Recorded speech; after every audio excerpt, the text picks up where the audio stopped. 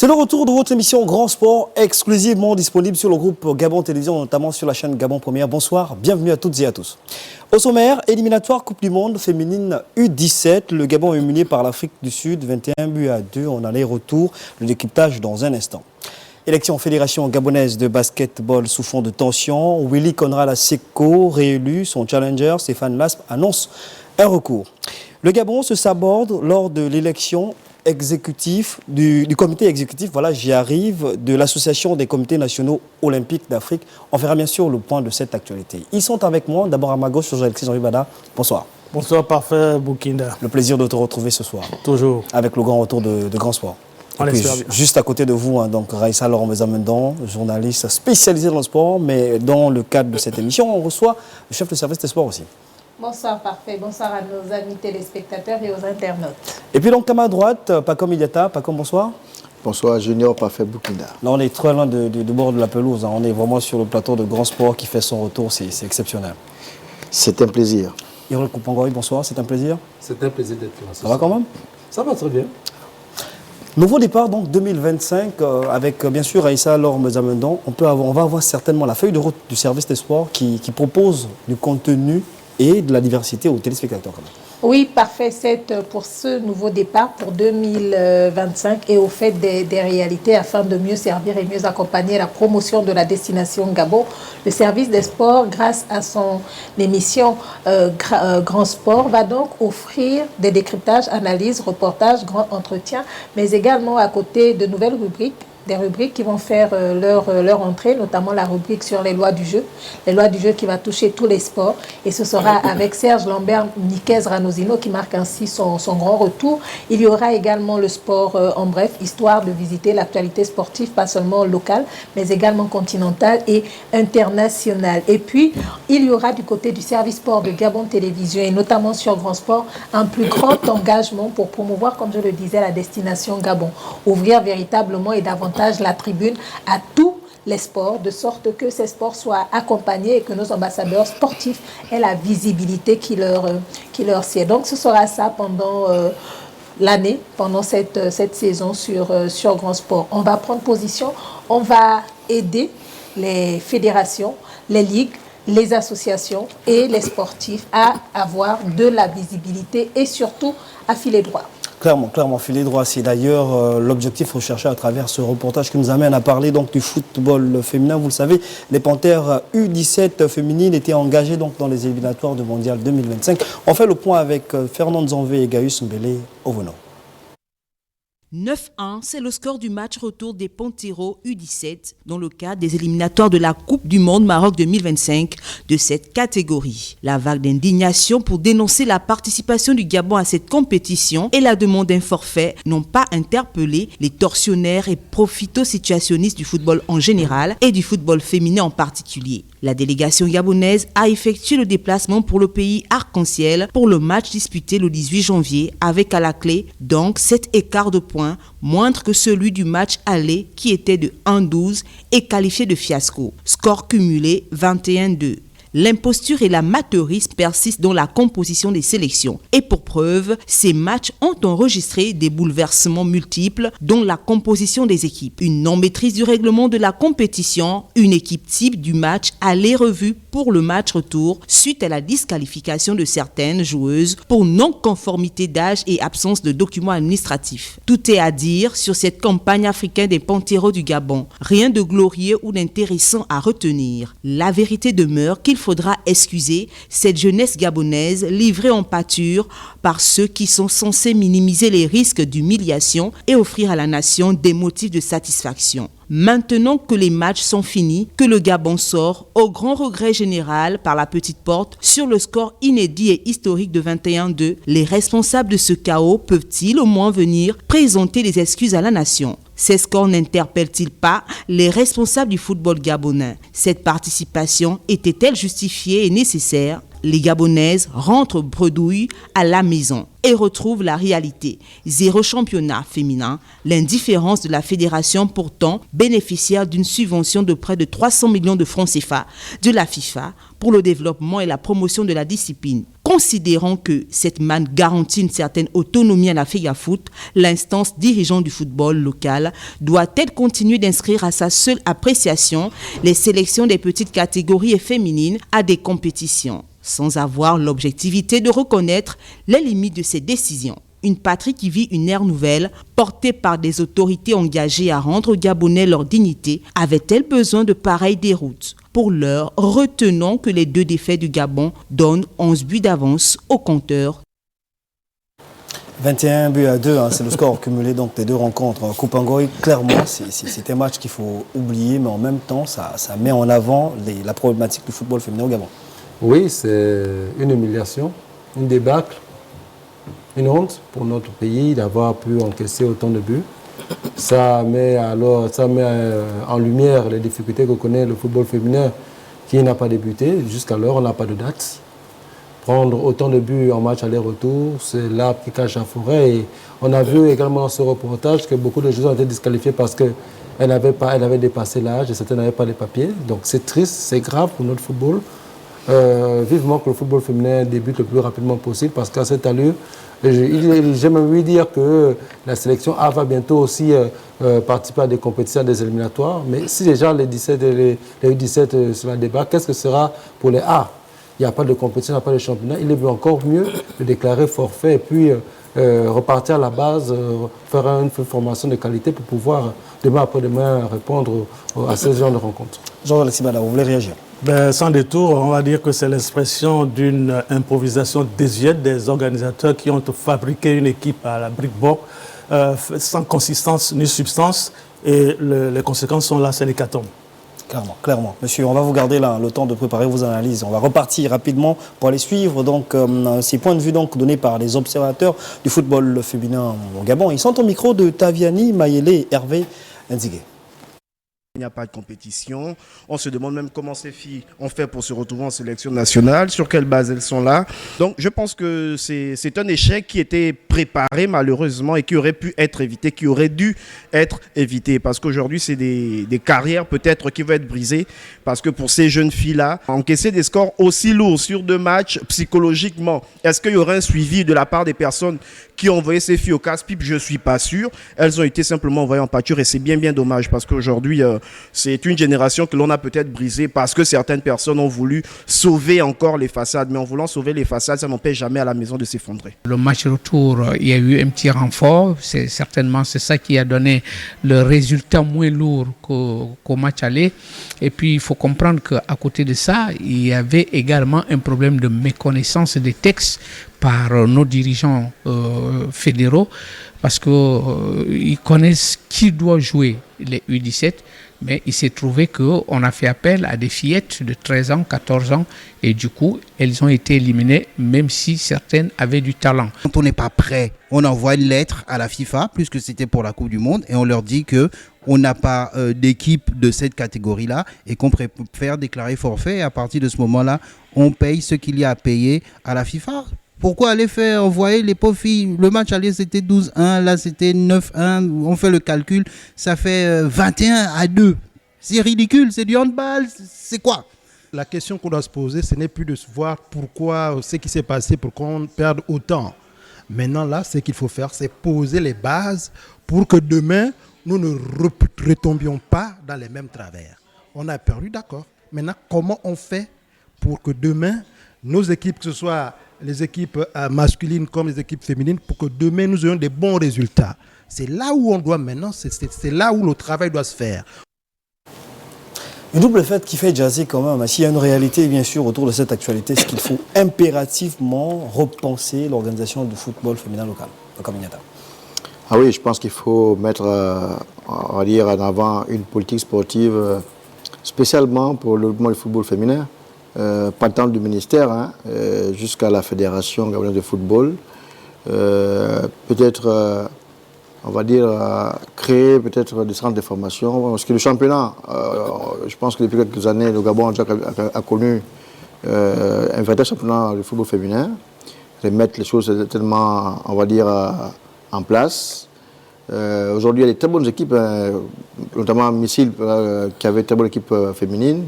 et d'autres équipes. Je pense qu'ici, les questions simplement de mettre l'accent sur la formation, penser aux infrastructures donc, pour que ces filles soient comme les hommes, avec les mêmes conditions, on va dire, au minima, et revoir plus ou moins cette affaire de subvention. Quand les hommes ont 100 francs, malheureusement chez nous, les filles ont 0 francs. Je pense qu'il va falloir que les choses se fassent de manière égale et puis voir, on va dire, un travail conjoint entre la fédération, le ministère et les différents acteurs du football de notre pays. Monsieur Georges Alisbala, oui, votre avis? Oui, je vais appuyer pour dire qu'il faut rompre avec la fatalité. Il faut véritablement structurer la filière du football féminin et insister également sur la formation des formateurs. Parce que le football féminin est spécifique. Clairement, spécifique. Raissa Lormezan maintenant, est-ce que c'était obligé, est-ce que le Gabon était obligé d'engager une équipe féminine quand on sait que... on était obligé? C'était ça. De mon avis, c'est ça la première question. Est-ce que le Gabon était obligé de prendre part à ces éliminatoires? Ensuite, ceux qui ont donné l'accord de la participation du Gabon, est-ce que ces personnes aiment vraiment ce pays? Ou alors il fallait simplement justifier la subvention reçue de la FIFA ou je ne sais quelle autre subvention. Il faut aussi à un moment donné arrêter justement de faire participer les sélections composées, sinon montées de toutes pièces, montées de big, j'ai bien aimé l'expression, de big broc. Il faut que l'on arrête cela pour arrêter d'aller ensuite humilier le pays parce qu'au finish, personne, c'est silence de mort, c'est silence total. Je ne sais pas si vous avez regardé les pages de la fédération. Il n'y a eu aucune communication à ce niveau, mais on était bien pressé de faire partir ces jeunes filles à l'abattoir. Il faut que l'on arrête cela. Et il faut derrière, si les gens veulent véritablement exploiter, utiliser le football féminin, il faut pouvoir donner toutes les chances à ces filles de s'essayer à ces compétitions-là, surtout quand on sait le niveau. Je suis désolée, si moi on me dit que le Gabon doit rencontrer l'Afrique du Sud, je mets le veto. Pourquoi? Parce que tout simplement, l'Afrique du Sud, c'est un autre niveau, c'est une véritable organisation, ce n'est pas de l'improvisation. Ici, ce qui s'est fait, c'est qu'on a fait dans l'imposture et l'improvisation totale. Au finish, ce sont nos filles qui sortent de là, auxquelles elles ont marqué un but ou 2 buts, elles ont eu le temps de festoyer, mais c'est quand même historique d'avoir 21, de revenir avec un score de 21-2.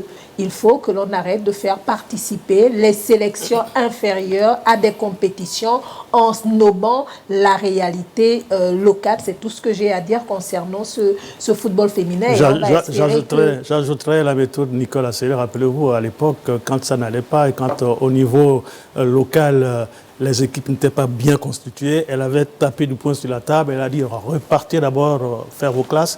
Et ensuite, c'est une solution aujourd'hui quand même. Elle s'impose. Cette solution, à la limite, elle s'impose. Il faut qu'on arrête de faire dans l'improvisation l'amateurisme et il faut également que les fédérations qui engagent les sélections nationales arrêtent de penser que ce doit être une décision unilatérale. Il faut derrière consulter également le ministère des Sports et il faut une totale objectivité pour qu'on s'évite ce genre de débat. On préfère un forfait à un ridicule pareil. Clairement, clairement. Et en même temps, le danger avec cette sélection féminine, c'est qu'il y a aussi la possibilité, ou du moins une réalité, parce qu'on peut tuer le rêve de ces jeunes filles quand même. 21 buts sur 2 confrontations quand même. Oui, mais psychologiquement, je parie qu'elles ont dû prendre quand même. Ouais. Je pense qu'à l'idée, Lucas parlait de l'apprentissage, que c'est l'occasion pour... qu'on va apprendre c'est l'occasion pour ces filles d'apprendre... apprendre dans le haut niveau. Vous qui avez été un footballeur, et pas des moindres, même si vous n'êtes pas allé en pro et n'avez pas appartenu à l'équipe nationale. Je suis désolée. À ce niveau, est-ce qu'on doit parler d'apprentissage? À la limite, donner une raison pareille, c'est, excusez-moi, insulter l'intelligence des observateurs du sport et même des réels footballeurs. Mais c'est pourquoi... Apprentissage. Non, c'est pourquoi j'ai dit tantôt que parler d'apprentissage, c'est une chose. Après, derrière, il faut quand même mettre les choses, on va dire, en place. Tout se prépare. Vous avez vu, il y a des filles de 13 ans, 14 ans pratiquement, qui ne pouvaient pas tenir le rythme.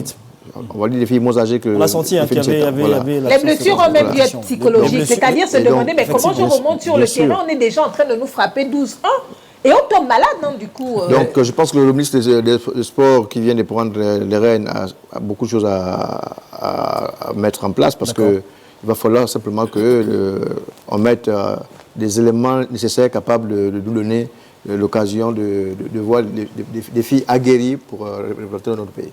Comment, votre avis, votre Oui, point de vue. mais lorsqu'on parle même des blessures, des joueuses, c'est même parce que la préparation physique, quand il n'y a pas de compétition, il n'y a pas de rien dans les jambes, elles peuvent rien faire sur le terrain, elles vont facilement se blesser. On a vu que lors de ces deux confrontations, elles ont quasiment terminé à chaque match, et surtout lors du premier match, à 6, parce que d'autres se blessaient. Il y a aussi la condition physique qu'il faut revoir. Et là, dans les médias, il faudrait qu'impérativement, dans les mois qui suivent, le championnat de football féminin puisse déjà débuter. Parce que ça aussi, il ne débute pas d'ici février, mars. On risque d'attendre encore peut-être. Ça va faire 3 ans. Mais commencez déjà à Vous comprenez demander... pourquoi, excusez-moi, Oui. vous comprenez pourquoi je disais qu'il faut mettre l'accent sur la formation des bien formateurs. sûr. Oui. Parce qu'un technicien ne peut pas accepter, prendre en une semaine une équipe ou 2 semaines au trop et l'amener C'est à suicidaire une quand même. compétition. C'est pas C'est non pas suicidaire, normal. mais parfait. Ce qu'on doit dire également derrière, c'est qu'il faut interdire rapidement ce jeu d'inscription des sélections nationales féminines du football à des compétitions. Le Gabon n'est pas prêt. On a 2 années sans football féminin. Même les provinces ont du mal. Je suis désolée, il serait peut-être bien que les autorités, je ne vais même pas parler seulement du nouveau ministre, mais que les autorités prennent la décision d'interdire la participation du Gabon. C'est tout pour ce qui est du moins du football féminin. Tant qu'on n'est pas prêt, on y va pas. Reconstruisons à la maison véritablement. Allons-y vers la Restructurons la filière. Il faut Football travailler sur féminin. l'écosystème, aller vers le financement des compétitions, partant de la base, bien sûr, jusqu'aux grandes catégories pour espérer avoir des résultats. De toutes les façons, on le sait, hein, seules les compétitions préparent les compétitions et en vérité, si on n'a pas de compétition, systématiquement on verse dans l'improvisation. Coupe Mangoya, avec vous rapidement, on a parlé de football féminin, on va jeter un regard sur le National Foot 1, donc chez les hommes. Avec vous, on va faire le point de la 10e journée. Oui, voici tous les résultats de cette 10e journée de National Foot 1. Au stade Monédan de Siban, la OCMS et Bouengedi Sport ont fait match nul, 0 but partout. Du côté du stade Gaston Péril, du stade Aquacam, autant pour moi, l'Union sportive d'Oyem a dominé le centre sportif de Benji, 1 but à 0. Au stade Bombay, Astika qui bat le FC 105 de buts à 1. Au stade Pierre Claver d'Ivongui de Port-Gentil, le stade Manji s'incline devant Manga Sport, 0 but contre 1. Au stade Idriss Ngari de Vendo, votre club plie les chines devant le CF Mounana, 1 but contre 3. Union sportive de Bitam domine Lambaréné Athletic Club, 1 but à 0. C'était au stade Gaston Péril au classement général. Manga Sport. Et le réalisateur nous a d'ailleurs précédé. On comprend la vitesse d'exécution quand même. Ouais, quand même. Manga Sport est bon premier avec 21 points plus Pour 15. Suivi de Bouengedi Sport qui est loin derrière avec 14 points moins 2. Troisième, Union sportive de Bitam, 13 points plus 3. Dans le bas du tableau, à la 11e place, c'est le CF Mounana qui a 8 points moins 3, suivi de l'Ozo Sport 12e avec 8 points moins 9. Enfin, le centre sportif de Benji est bon dernier, 13e avec 5 points moins 10. Avec une position de taille en termes de buteur, oui, Georges-Alexis Bada, vous Ah oui, je relève quand même que Mounana vient de faire sa première victoire depuis la 10e journée. C'est le club d'un ami à vous, quoi. Et une victoire de belle facture face à cette formation de votre club. Vraiment, le CF Mounana montre que malgré les difficultés qu'ils ont eues depuis le début de la compétition, qu'on peut compter avec eux. Et Kevin Binga l'a dit, on peut compter avec le CF Mounana pour cette saison. Voici le programme de la 12e journée, samedi 25 janvier 2025, au stade Tatamigolé. Bouengedi Sport accueille Astikaki.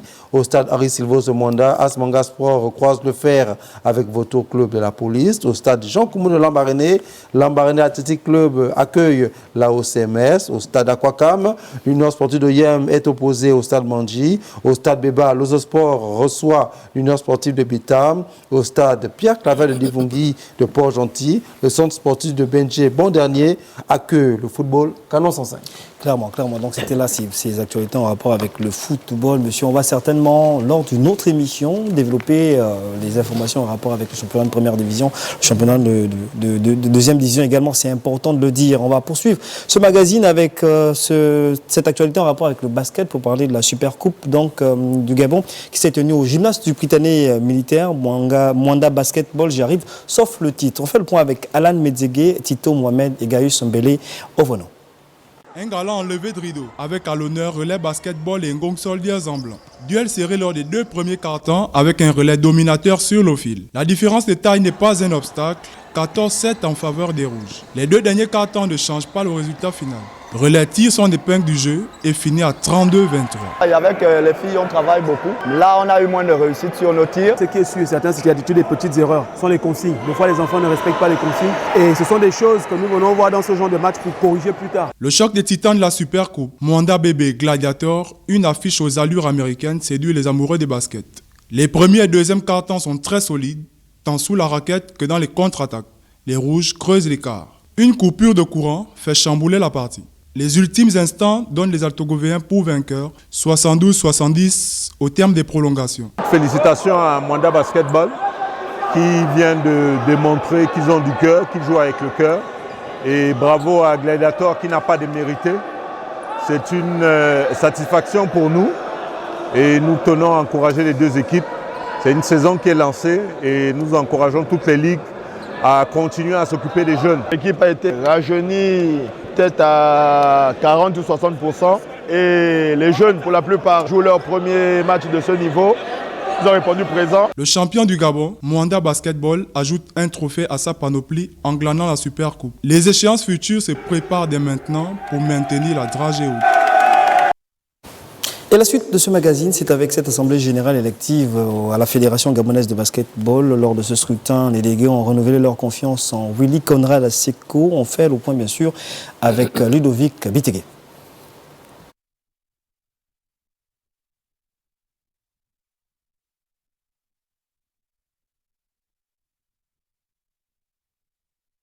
Un samedi électrique, nouvel épisode d'un processus qui aura entretenu les passions et les tensions. Grincement de dents à l'allumage avec le départ de la commission d'homologation des candidatures après les préliminaires en salle. Je voudrais,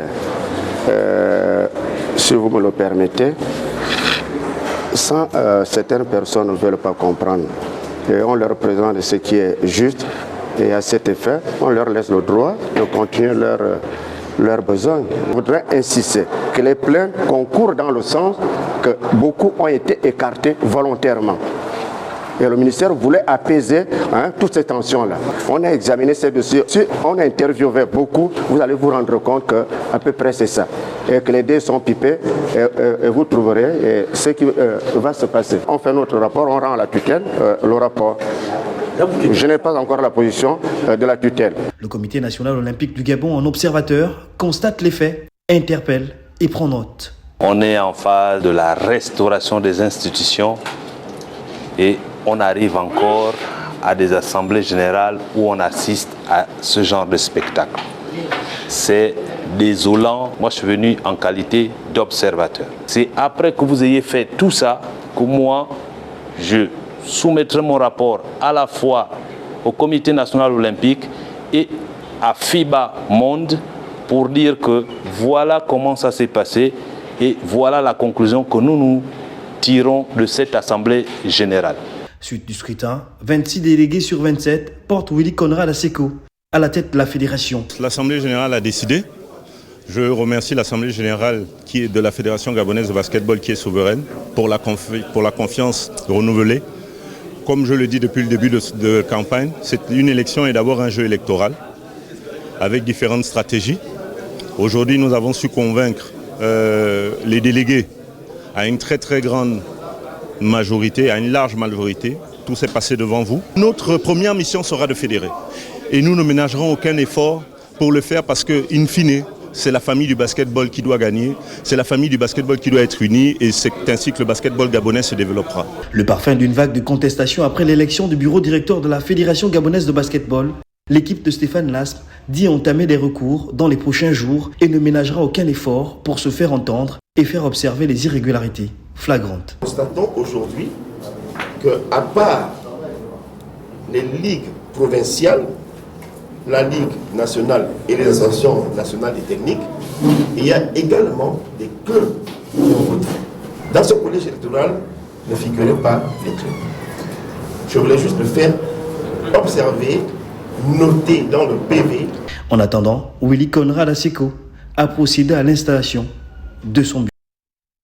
Élection sous fond de tension donc du côté de la Fédération gabonaise de basketball, avec beaucoup de grincements dedans quand même. Kopangoy, vous étiez sur place. Oui, j'étais sur place et c'est tout à fait normal. Déjà, Stéphane Lasme, le candidat malheureux, a porté réserve, tout simplement parce que déjà le collège électoral a été beaucoup contesté, la composition, et puis les candidatures étaient avertis qu'ils avaient été, leur candidature était validée quasiment un jour avant l'élection, ce qui n'est pas normal. Lorsqu'il y a une élection normale, c'est peut-être 1 semaine, 2 semaines, 3 semaines avant pour préparer ces candidats à pouvoir faire leur campagne, ce qui n'a pas été fait. On a vu également le représentant du ministre demander un report d'une semaine parce qu'il y a des recours. La Ligue de l'Estuaire de basketball, l'essai de moyen de Goué et quelques associations se sont sentis lésés de ne pas faire partie du collège électoral. La FEGABA a tout simplement dit qu'ils n'avaient pas fait leurs élections dans les délais. Donc, le représentant du ministre Espoir avait demandé à ce qu'on reporte d'une semaine le temps d'étudier ces recours et voir s'il y a lieu de les valider. Finalement, l'Assemblée étant souveraine, ils ont fait fi de cela, ils n'ont pas voulu reporter, ils ont fait l'élection, 25 voix pour Willy Conrad Asseco, mais on sent que cette élection ne va pas rester là. On a l'impression que c'est un passage en force, pas comme Diata, quand on essaie un peu de regarder les tensions autour de cette élection quand même.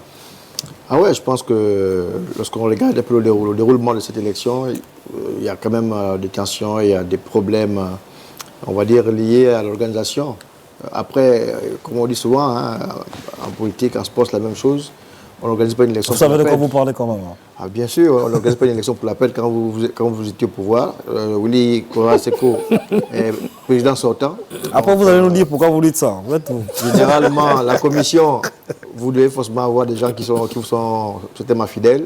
Déjà, il y a eu des voix qui étaient levées par rapport à la composition de la commission, donc chargée d'organiser les élections, avec cette dame qui serait... Sinon, qui est membre du ministère donc, des Sports. Sandra Issia, pour ne pas la citer. Voilà, Sandra, donc, pour ne pas la citer. Et bien d'autres éléments. Vous avez vu la guerre qui s'est déroulée, on va dire, de manière interposée. Déjà, comme on dit, une élection, c'est avant, pendant et après.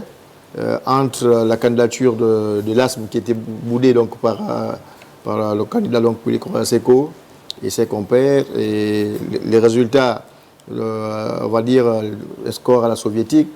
Donc ça démontre bel et bien que derrière, il y a quand même beaucoup de choses à redire.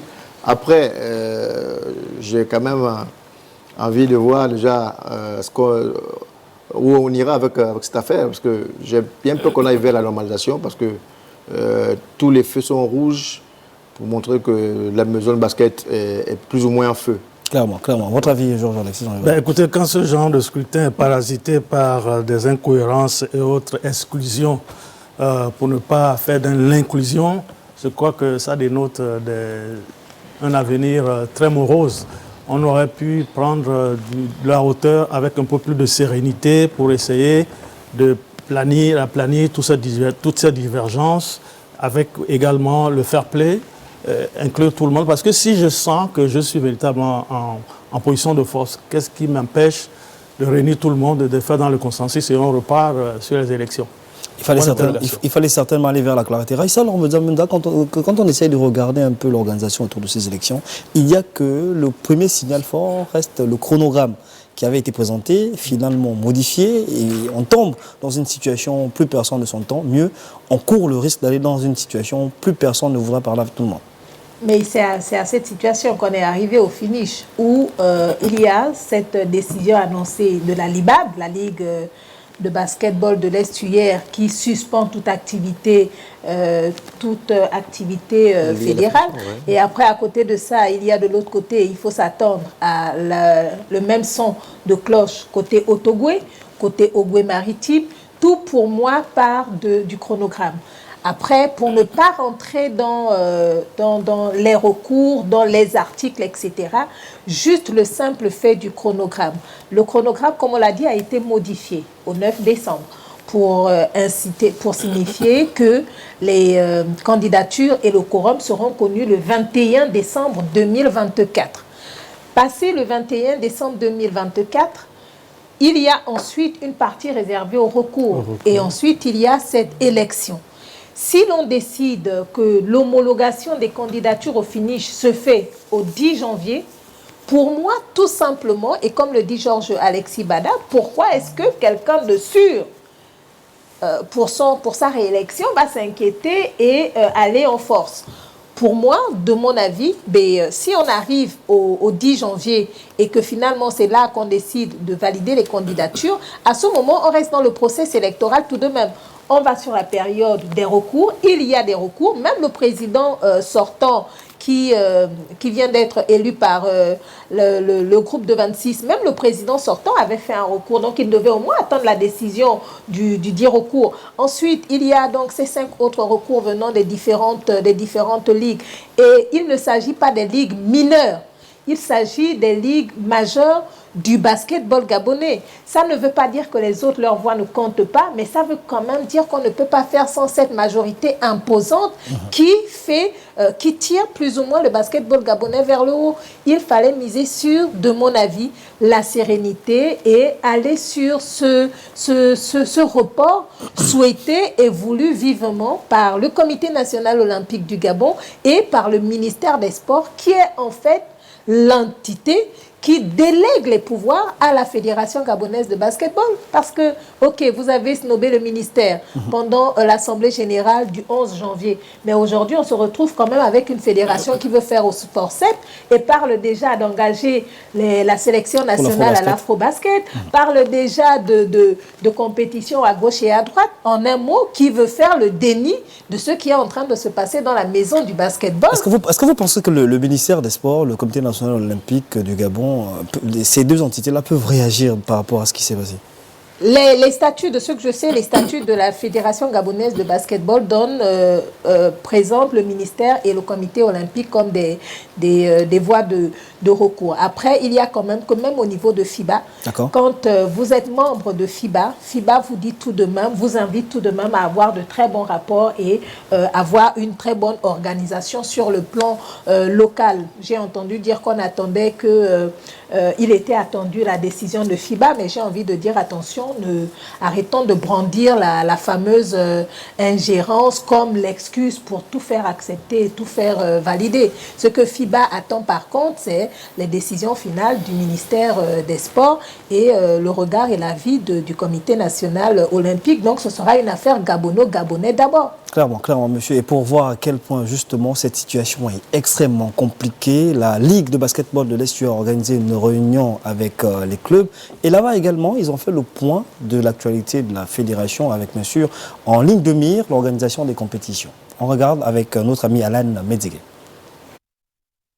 La nécessité d'échanger sur la balle orange et de se projeter vers l'avenir, principaux centres d'intérêt de cette rencontre. L'actualité du basketball passée au peigne fin avec comme point crucial la position de la plus grande ligue du pays. Nous entendons nous mettre en veilleuse le temps du contentieux, le temps pour la tutelle de réagir et de donner suite à l'élection de ce bureau-là. Les clubs sont restés très longtemps sans jouer et les jeunes sont impatients de reprendre le chemin des terrains de basket. Il était question pour nous de créer un cadre de jeu avant le démarrage de la compétition que nous avons appelé le PEN Libab, qui va consister à mettre les jeunes en jambes dans le cadre d'un tournoi de pré-saison. Le ressenti des présidents de clubs au sortir de cette réunion qui aura permis d'éclairer les zones d'ombre. Je suis satisfait de cette réunion parce qu'il faut dire qu'on l'attendait. Nous attendons tout simplement que la Ligue puisse organiser ses activités. Bien, nous allons reprendre le chemin du terrain de manière officielle. Il faut remercier le bureau de la Ligue de nous avoir réunis aujourd'hui pour poser le problème sur la table, faire en sorte que la décision reste et soit collégiale. Notez que le basketball reprend ses droits dans la province de l'Estuaire le 15 février prochain avec le championnat. En attendant, la grande famille de la Ligue de l'Estuaire dit sursoir sa participation aux activités de la Fédération gabonaise de basketball jusqu'à nouvel ordre. Seule exception et la dernière jusqu'à la sortie de crise, la participation aux Super Coupe de cette année, organisée par la FEGABAB. Pas comme avec cette réunion de la Ligue de basketball de l'Estuaire, clairement on est dans un bras de fer avec la fédération et à côté de cette Ligue de basketball de l'Estuaire, il y a également la Ligue de la province de Moyen-Ogooué, il y a également celle de l'Ogooué-Maritime et du côté du Haut-Togo également, il y a des tensions également qui s'élèvent. Ça va être compliqué quand même, on va vers un bras de fer constant et sérieux quand même. Oui, c'est pourquoi je parlais d'un avenir radio rouge, donc le basketball gabonais. Après, je pense que c'est causé par les acteurs eux-mêmes. Quand vous voyez le basket, c'est un peu pareil dans plusieurs sports dans notre pays, dans plusieurs fédérations. Les présidents des ligues sont comme des des femmes qui préfèrent manger leur propre fœtus. Vous avez des projets. Allez-y expliquer l'image. Vous avez des projets, par exemple, les candidats, ils s'en foutent des projets parce qu'ils pensent d'abord à leur propre ventre. Vous avez un président en place qui décide de vous mettre au biberon pendant 1 an, donc il vous nourrit de ses finances, des voyages, et donc quand il y a un vote, pour lui c'est acquis. Donc vous qui venez avec des projets pour le développement du sport en question, vous n'avez rien du tout. Ils se mettent en défense en ligne pour leur propre ventre au détriment donc, des sportifs et du développement de ce sport. Et je pense que c'est ce qu'on est en train d'assister aujourd'hui au basket. Parfois, pour beaucoup des présidents qui savent comment ils fonctionnent, l'élection est gagnée d'avance. Ils vous disent, même si on répète 10 fois, on va gagner. Ce qui est un tort, parlant du développement Vous avez parlé de la proximité du sport et du basket. Comment on fait pour maintenir justement ces électeurs dans nos poches? Non, mais je pense qu'ici, il est question déjà que les gens prennent conscience. Il faut prendre conscience que ce n'est pas vos ventes qui devraient être d'abord la priorité. Les sportifs, le Gabon est engagé à des compétitions internationales. On appelle la Ligue de l'Estuaire. C'est le vivrier des équipes nationales. Que ce soit en petite catégorie comme en équipe nationale. C'est comme le Goué maritime. Je pense qu'il est question ici que les gens prennent conscience que on devait s'asseoir. Après, les recours rentrent dans le cadre de tout ce qui est élection. Un recours peut être accepté ou rejeté. Donc on va attendre la suite, mais tout compte fait. Et il faut se dire, le basketball doit gagner et mettre, on va dire, de côté les égos parce que vous avez géré un mandat, peut-être que l'autre qui viendra, vous allez certainement travailler, peut-être pas au mieux, mais celui qui viendra peut peut-être faire mieux que vous, mais pour le bonheur de tous les sportifs, voilà les basketteurs. Clairement, clairement. Mais monsieur, si au pire des cas, si ça reste là, la question de légitimité va quand même se poser. Mais bien sûr, regardez souvent, on va dire, le nombre donc, des votants.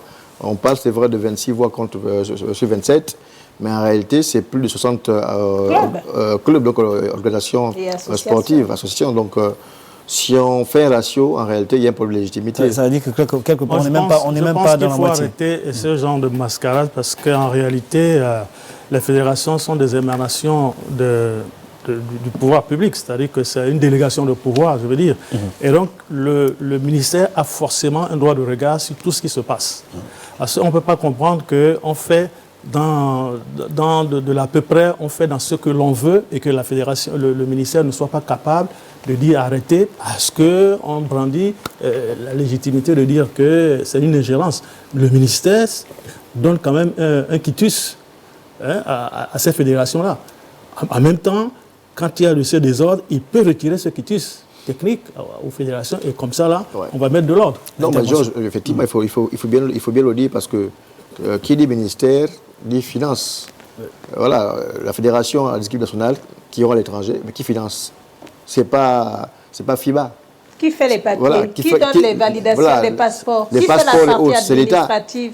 On va dire l'agrément technique, parce qu'il faut quand même dire qu'une fédération, c'est d'abord une association qui appartient à un pays, donc, qui est régie par le ministère de l'Intérieur, qui vous délivre le document.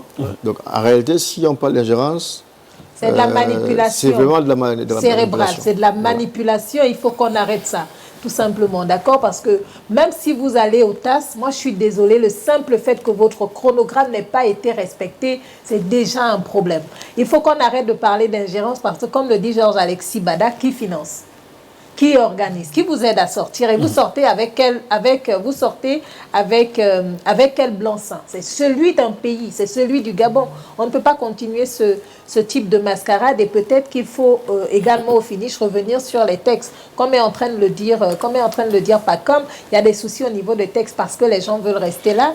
Mais si vous devez rester là, essayez au moins de faire en sorte que vous vous asseyez bien. Mon père disait même pour tricher, il faut être intelligent. Père, c'est son anniversaire aujourd'hui. Coupangoy. Moi, je pense qu'on va finir avec ce sujet un petit peu vite parce que Stéphane Las m'a posé des recours qui sont tout à fait valables. Je suis sûr qu'ils vont être validés parce que Ça peut être aussi invalidé. Invalidé, mais je pense que on peut aller aussi vers la normalisation. Oui, ça procède vers la normalisation, mais n'oublions pas aussi que c'est la grande famille de basketball qui est là. Il ne faudrait pas qu'elle se divise. Et il faudrait aussi qu'on espère... Mais là, elle est déjà divisée. On espère que d'ici là, quand même, des solutions seront trouvées parce qu'avec plusieurs ligues aussi qui commencent aussi à se mettre en marche, ça veut dire que ce sont des jeunes qui ne peuvent pas jouer au basket. Ce sont des jeunes qui vont aussi souffrir. Donc, on ose espérer que d'ici là également, le ministère, comme on le dit, tout ceci va monter au créneau. Pour trouver il y a des recours qui ont été déposés. Les ligues aussi ne sont pas contentes. Moi, la seule chose qui me vexe un peu, c'est parce que moi, j'étais à la réunion de l'Assemblée générale ordinaire.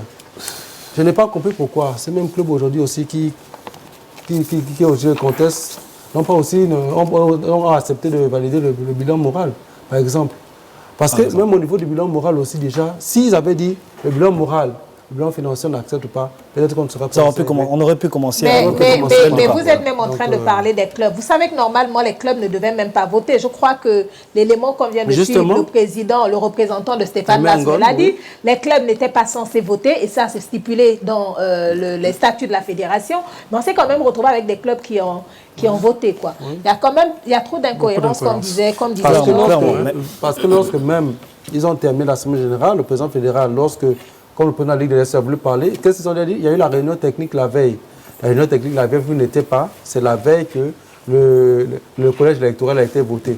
Donc il y a beaucoup de choses qui ont été acceptées aussi par les clubs avant et qui ont porté préjudice à l'Assemblée générale. Tout est à refaire, comme disait ce jeune Gabonais. On va fermer donc le dossier basketball là pour ce lundi et mettre cela en projection pour le lundi prochain. Monsieur, on va aller rapidement suivre ce passage de grade ceinture noire organisé par la Commission nationale de grade de la Fédération gabonaise de judo. L'événement a lieu donc en présence de nos reporters Georges-Alexis Bada et Arnaud Mengue. Première levée du Choukinamishiai version 2025. Plusieurs prétendants, peu d'élus. Le maître des lieux, le patriarche président de la commission de grade sur les éléments clés de l'évaluation. C'est un genre d'examen pour évaluer les gars. Et là, c'est pour aller au grade supérieur à la ceinture noire. Il y a deux séries. Il y a la partie compétition et la partie technique. Hôte assermenté, maître principal, décortique des copies techniques rendues par les postulants. Ici, on n'a pas vraiment de sol. Donc les gens travaillent hyper debout. Et la plupart des techniques, je dirais 60%, c'est des techniques d'épaule. Sur une aguet, monter sur une aguet, et puis des techniques sœurs. L'image phare qui retient l'attention des férus de cet art martial d'origine nippone, le face-à-face des lourds.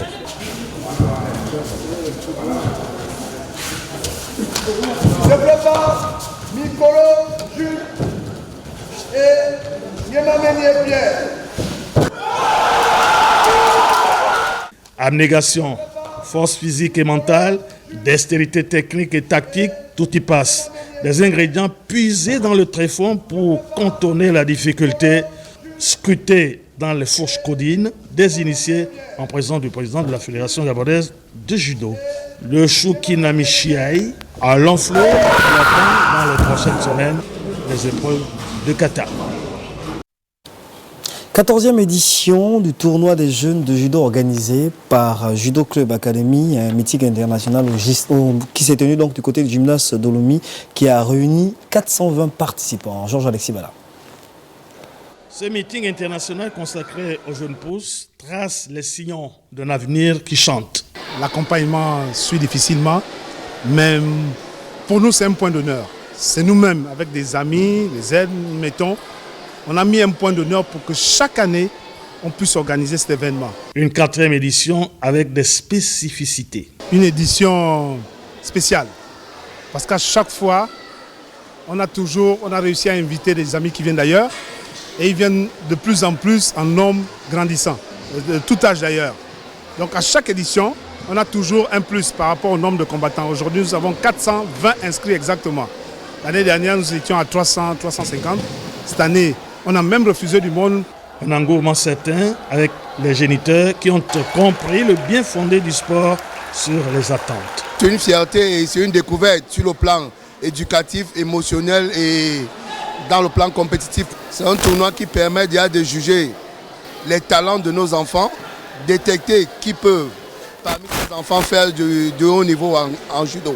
La tutelle partage le projet qui s'inscrit dans la trajectoire de son programme d'action. L'intérêt, c'est déjà la détection des talents. J'encourage parce que j'ai vu plusieurs parents qui sont satisfaits que l'enfant ait gagné ou perdu. Parce que vous voyez, avec ce genre de compétition, l'enfant apprend également la vie parce qu'il apprend à perdre comme il apprend à gagner. Une organisation bien huilée qui récompense les plus méritants, qui s'approprie l'esprit de combativité, de résilience et de dextérité technique en se forgeant dans la rugosité de la compétition. Le changement à la tête du département sport avec l'arrivée de Patrick Barbera Isaac suscite de l'espoir. L'homme a plusieurs défis et de nombreux chantiers. On fait le point dans cet élément. Le capital, sympathie autour du nouveau ministre ne doit pas éloigner l'opinion de l'essentiel. La tâche ne sera pas forcément facile. D'entrée, il faudra travailler sur les compétitions continentales et internationales. Les récentes ratés au football et au basketball attestent de l'obligation d'un recadrage pour statuer sur qui valide l'engagement des Panthères du Gabon pour toute compétition. Permettre la relance des championnats domestiques pour l'ensemble des disciplines à l'arrêt depuis près de 3 ans. À cela s'ajoute l'impérieuse nécessité d'un échange franc et direct avec les fédérations, ligues et associations. Il faut restaurer le lien avec ces structures stratégiques, redéfinir les rôles des uns et des autres, les obligations et les devoirs. Patrick Barbera Isaac devra donc rester ouvert, disposé et disponible pour travailler avec la grande famille du sport. Dans cette même logique, il faudra rompre avec le tout football, fin du ministère du football, pour embrasser tous les sports reconnus et permettre ainsi aux athlètes, toutes disciplines confondues, de se sentir panthères et de porter fièrement les couleurs. La considération du sport féminin et handisport est de mise. Tous les athlètes devraient être soutenus sans discrimination. L'honneur à la patrie est inclusive. Alors que les scandales financiers sont décriés et pointés du doigt, en termes de gestion, Patrick Barbera Isaac doit insister sur la bonne gouvernance et la transparence. Le sport aujourd'hui est une fenêtre ouverte sur le monde et un tremplin de promotion des destinations pays. Le Gabon doit revoir sa copie et redorer son blason. Un défi à la portée du nouveau patron du département, jeunesse et sport. La volonté des plus hautes autorités de séparer le département culture de celui du sport et de la jeunesse traduit une envie certaine de redynamiser les sports. Cette séparation apparaît donc comme un début de réponse pour un modèle de gestion ciblé, stratégique et donc optimal. Pour ce challenge 2025, il faudra compter avec la communication. La voix du journaliste résonnera et son objectivité doit cesser de lui conférer le statut d'homme à abattre. Les défis sont nombreux et les challenges sont grands. Le nouveau ministre des Sports sera comme le maçon, jugé au pied du mur. Comme il y a des défis et des chantiers qui semblent titanesques pour le nouveau patron des sports. Oui, des chantiers effectivement qui sont nombreux. Mais écoutez, je pense que si le ministre est là, c'est parce qu'il a mérité la confiance des plus hautes autorités. Simplement, il y a certainement un plan pour la refondation du sport au Gabon. On va simplement attendre, on va donner donc au ministre 100 jours. À partir de là, on jugera simplement de son efficacité ou du contraire. Un ministre qu'on observe avec beaucoup d'attention, on va se rappeler d'ailleurs que ce lundi, du côté donc, du ministère des Sports, on va voir certainement les images tout à l'heure en offre, du côté du ministère des Sports, voilà, au Palais des Sports, voilà, au niveau du Palais des Sports. Donc il y a eu donc cette levée de drapeau avec bien sûr déjà ce fort attachement avec les symboles et certainement cette volonté de faire bouger les choses par comme c'est quand même déjà bien comme cette image. Oui, c'était le premier contact déjà qui vient démontrer, on va dire, le côté patriotique donc, de l'homme. C'est en même temps, on va dire, le lieu de prendre attache avec le personnel, mais surtout de dire que le sport, c'est d'abord la patrie, le sport, c'est simplement l'attachement donc aux valeurs de notre pays. Un ministre, on va donc beaucoup suivre. On va certainement évoquer les actualités en rapport avec ce ministre-là dans ce magazine des sports. Monsieur, on va poursuivre ce magazine avec nos Gabons qui rentrent bredouille des élections de l'Association des comités nationaux d'Afrique. Crézan Pambo a mis son droit de veto quant à la posture de son secrétaire général, donc José Walter Foula. On fait bien sûr le point dans cet élément de Ruth Mignonnet-Sanzo et Gaius Mbele au volant. Travaux et vérification du quorum. Les présidents des 8 comités nationaux olympiques que compte la zone 4 ont bien répondu présents à ce rendez-vous qui a enregistré la présence de représentants de l'ACNOA et du comité international olympique. L'Assemblée générale félicite le CNO du Tchad, hôte de l'événement, pour l'accueil chaleureux et toutes les dispositions prises pour assurer un séjour agréable aux délégués. L'Assemblée générale félicite le président sortant, M. Manuel Sabino Assoumou Kawan, qui a dirigé l'organisation au cours des Olympiades 2017-2020 et 2021-2024. En deuxième heure, le renouvellement du bureau exécutif selon le chronogramme traditionnel. Sans surprise, le retrait de la candidature du Gabon et le plébiscite du Tchad. Le général Idriss Dokoni Adiker, qui positionne ainsi le Tchad et veut pouvoir compter sur son gouvernement. Nous commençons aujourd'hui une nouvelle ère, surtout en matière sportive au Tchad. Aujourd'hui, nous allons essayer de convaincre le gouvernement de manière à ce que le gouvernement apporte une attention particulière au sport qui n'est autre qu'un élément très essentiel dans le développement d'un pays. L'Assemblée générale élective connaîtra malheureusement une perturbation inédite avec le veto imposé à la surprise générale par le président du Comité national olympique du Gabon sur le choix de José Walter Foula au poste de secrétaire général de l'ACNOA Zone 4 pour des raisons de sous-entendu décevantes et l'expression d'une exportation de distanciation interne alors que le Gabon partait largement favori à ce poste. En position idéale et portée par l'Assemblée générale présente en ces lieux, le nouveau COMEX siégera dans près d'un trimestre pour tirer les conséquences et prendre une décision appropriée. En attendant, le secrétaire général sortant assume l'intérim. Monsieur, quand on essaie de regarder aussi cette élection, ça a été quand même difficile avec le droit de veto imposé par Crézon Pombo, alors qu'en vérité, le Gabon avait la possibilité de positionner deux challengers à deux postes stratégiques quand même pour la zone 4. On n'aurait pas eu la présidence. En vérité. On n'aurait pas eu la présidence, c'est impossible. Pour des raisons toutes simples, ces instances-là sont bien organisées et tout se ficelle plusieurs années, même j'ai envie de dire à l'avance. Normalement, ils savent que vous ferez 2 ans. L'équato-guinéen qui s'en va a fait deux mandats. Là, il savait clairement que ce serait le Tchadien, le général. Après, ce général n'a pas organisé dans son pays pour offrir la présidence à quelqu'un d'autre. Donc, on n'aurait pas eu la présidence, le Gabon était plus sûr du secrétariat général. Le secrétariat général était presque acquis et je pense que là aussi, on a eu droit à une mauvaise foi du président du comité olympique gabonais, qui a barré la route à son compatriote. Je pense que là, c'est aussi ce qu'on décrit un peu ici. C'est-à-dire que les problèmes personnels du pays, vous les amenez à l'extérieur, vous mettez en danger l'image du pays, alors qu'on dit souvent ainsi que le Gabon est absent dans les alcanes des instances sportives à l'international. On a l'occasion d'avoir un compatriote qui peut occuper un poste, mais parce que vous avez des accords personnels, vous décidez de bloquer la route à votre compatriote, c'est quand même incongru.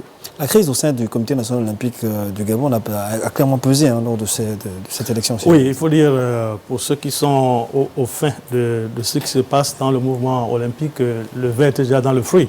Donc on a transporté nos dissensions à l'extérieur pour montrer le désamour, montrer le côté abject des dissensions et puis des non-dits. Malheureusement, ça fait un spectacle désolant parce que c'est quand même 2 personnes, je vais dire, de haute valeur en termes de mouvement olympique qui ont une valeur absolue en termes de management qui se mettent dans ce genre de spectacle, ça me désole.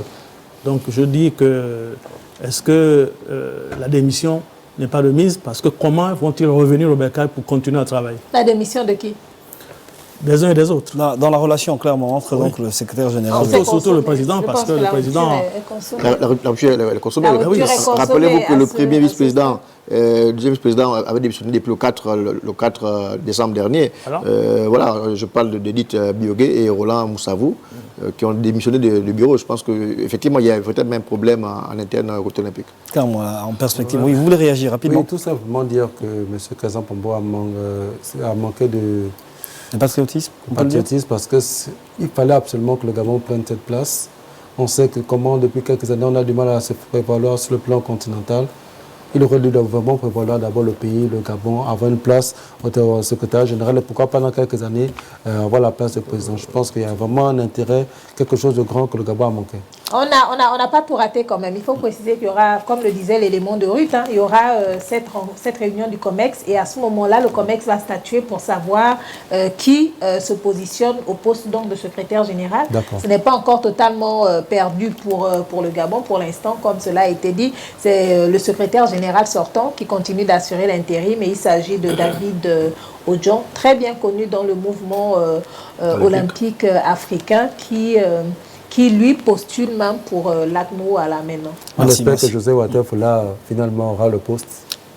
Affaire à suivre. De toutes les façons, on va aussi surveiller la situation du Comité national olympique du Gabon. Ça donne l'opportunité d'ailleurs d'annoncer pour le lundi prochain plusieurs sujets qui vont être développés donc, sur ce plateau Grand Sport, notamment donc, la crise au sein du Comité national olympique du Gabon, les interrogations bien sûr, suite au championnat national masculin et féminin, parce qu'il faut le dire, tous les championnats nous intéressent. Et puis on va également faire un point sur l'élection de la Fédération gabonaise de basketball. On sait que ça va être une histoire à rebondissement, monsieur. Je crois que c'est tout pour aujourd'hui. C'est bon, ça va quand même? Ça va. Pour un début, ça va? On peut se reposer? Un très bon début. Bah, écoutez, je vous ai gardé quelque chose, comme on le dit, le meilleur pour la fin. Vous le savez, le nouveau format de Grand Sport vous propose d'originalité. Et dans cette perspective, justement, nous sommes allés chercher la voix et l'expertise d'un journaliste sportif qui n'a plus vraiment prêté sa plume au service des sports depuis un bon moment, mais qui est de retour. Il s'appelle Serge Ranozino. Il nous propose la nouvelle rubrique Les lois de jeu, une rubrique que vous allez davantage trouver sur le plateau Grand Sport. Et on se dit en même temps, ciao, bye bye. Ciao.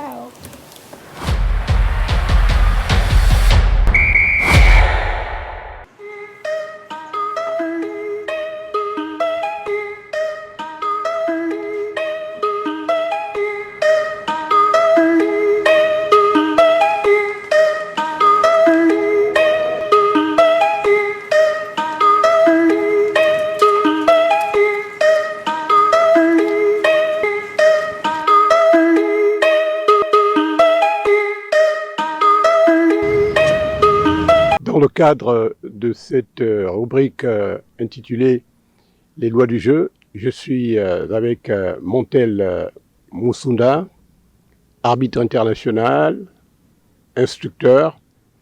Nous allons parler des lois du jeu avec lui. C'est une rubrique qui se veut omnisport. Pour le moment, nous allons nous focaliser sur le football qui reste le sport roi. Donc, nous allons parler essentiellement des lois du jeu en ce qui concerne le football. Montel Moussunda, on peut en parler, les lois du jeu en ce qui concerne le football aujourd'hui. Très bien, merci. Ce qu'il faut déjà retenir, c'est que les lois du jeu sont mises en place par un organisme qui travaille avec la FIFA, qui est le board. Donc, on va dire l'IFAB, International Football Association Board, ou en français, le Conseil international du football association. C'est cet organisme qui a été créé pour concevoir et faire évoluer les lois du football. Donc, l'IFAB se réunit plusieurs fois dans l'année et au bout de la fin des saisons, l'IFAB présente les amendements qui vont constituer le football pour l'année à venir ou encore la saison à venir. Est-ce qu'on peut savoir qui sont ceux-là qui font partie de l'IFAB, hein? Et je crois qu'il y a des pays également qui ressortent, les pays, les précurseurs de cette institution. Effectivement, les précurseurs de l'IFAB sont les fédérations britanniques, notamment l'Angleterre, le pays de Galles, l'Irlande, l'Écosse. Sont ces pays-là qui sont les précurseurs de l'IFAB. On sait tous que le football a été inventé par les Anglais et ce sont eux qui sont mis ensemble pour concevoir ces lois au niveau de l'IFAB. Et l'IFAB travaille, la FIFA est membre de l'IFAB et l'IFAB travaille avec la FIFA et les 4 fédérations-là pour ensemble concevoir, faire évoluer, amender les lois du jeu. Y a-t-il des critères de choix pour ceux qui font partie de l'IFAB? Ce sont quoi? Des arbitres, des anciens joueurs? Quels sont ceux qui composent l'IFAB? Bon, l'IFAB est constitué des techniciens du football. Et on entend par techniciens les anciens joueurs, les entraîneurs et tous ceux qui sont autour de l'organisation du football. Donc, c'est ceux-là qui sont ces personnages vraiment triés sur le volet, qui sont désignés au niveau de la FIFA et au niveau de l'IFAB pour faire ensemble le seul conseil pour faire évoluer et faire avancer le football en termes de loi du jeu.